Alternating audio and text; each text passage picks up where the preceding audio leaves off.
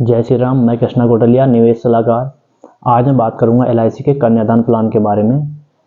कन्यादान पर मैं एक लाइन कहना चाहूँगा, निकाल के जिस्म से जो अपनी जान देता है, बड़ा ही मजबूत है वो पिता जो कन्यादान देता है। लाइन यदि पसंद आए तो कमेंट में ज़रूर बताएं।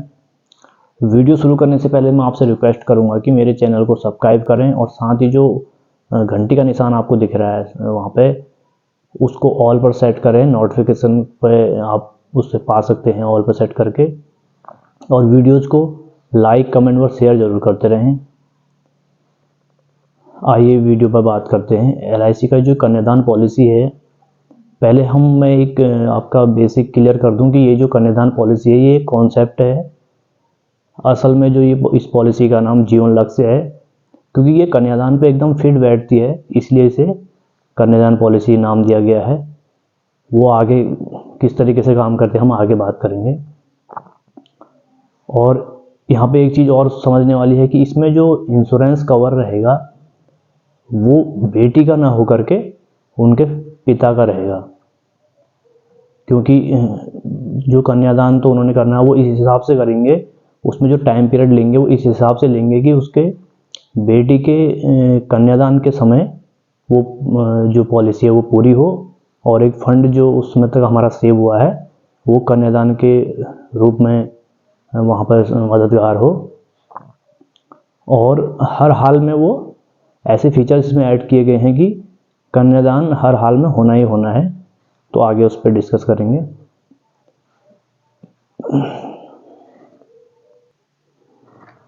जिन माता पिता की बेटी होती है उनका ये सपना होता है कि उनकी जो बेटी का जो कन्यादान है वो बहुत ही अच्छी तरीके से हो, और वही उनकी जिम्मेदारी भी होती है कन्यादान करना। तो वो एक सपना देखते हैं कि हमारा जो बेटी का कन्यादान हो बहुत ही अच्छी तरीके से हो। उसके लिए एक फंड की भी ज़रूरत पड़ती है, जिसकी उनको शीघ्र ही थोड़ा थोड़ा करके सेविंग भी स्टार्टिंग से शुरू करनी होती है।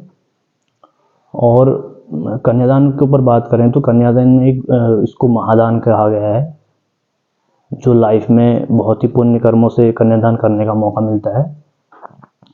आइए एक कैलकुलेशन देखते हैं कि किस तरीके से हम इसमें जमा करेंगे। मान के चलिए कोई पिता हैं जिनकी उम्र है 35 वर्ष, और उस समय उनकी बेटी की उम्र है 5 वर्ष, और उनके लिए 20 वर्ष की वो प्लानिंग करेंगे। इंश्योरेंस उनके पिता के नाम का रहेगा, क्योंकि 20 और 5 25, यानी कि बेटी की जब उम्र जब 25 होगी, वो अभी मान के चल रहे हैं कि लगभग 25 की उम्र में कन्यादान का जो समय होगा, तो उस समय एक फंड हमारे लिए इकट्ठा हो।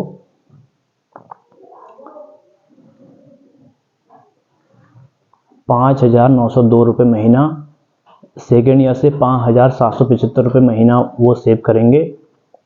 अगर पर डे का कैलकुलेशन हम देखें तो लगभग ₹185 पर डे, ₹185 पर डे वो अपने बेटी के लिए सेव करना शुरू करेंगे। तो 17 वर्षों तक उन्होंने सेव करना है। लास्ट के 3 साल उनका प्रीमियम हॉलीडे रहेगा, और 20 साल बाद, यानी कि जब जिस समय बेटी 25 वर्ष की होगी, तो वहाँ पे जो कन्यादान के स्वरूप एक जो फंड मिलेगा वो मिलेगा 21 लाख रुपए। जी हाँ, गारंटेड 21 लाख रुपए मिलेगा, जो उससे कन्यादान के लिए काम आएगा। हम मान के चलते हैं उस समय इन्फ्लेशन रेट काफ़ी हाई भी अगर हो गया,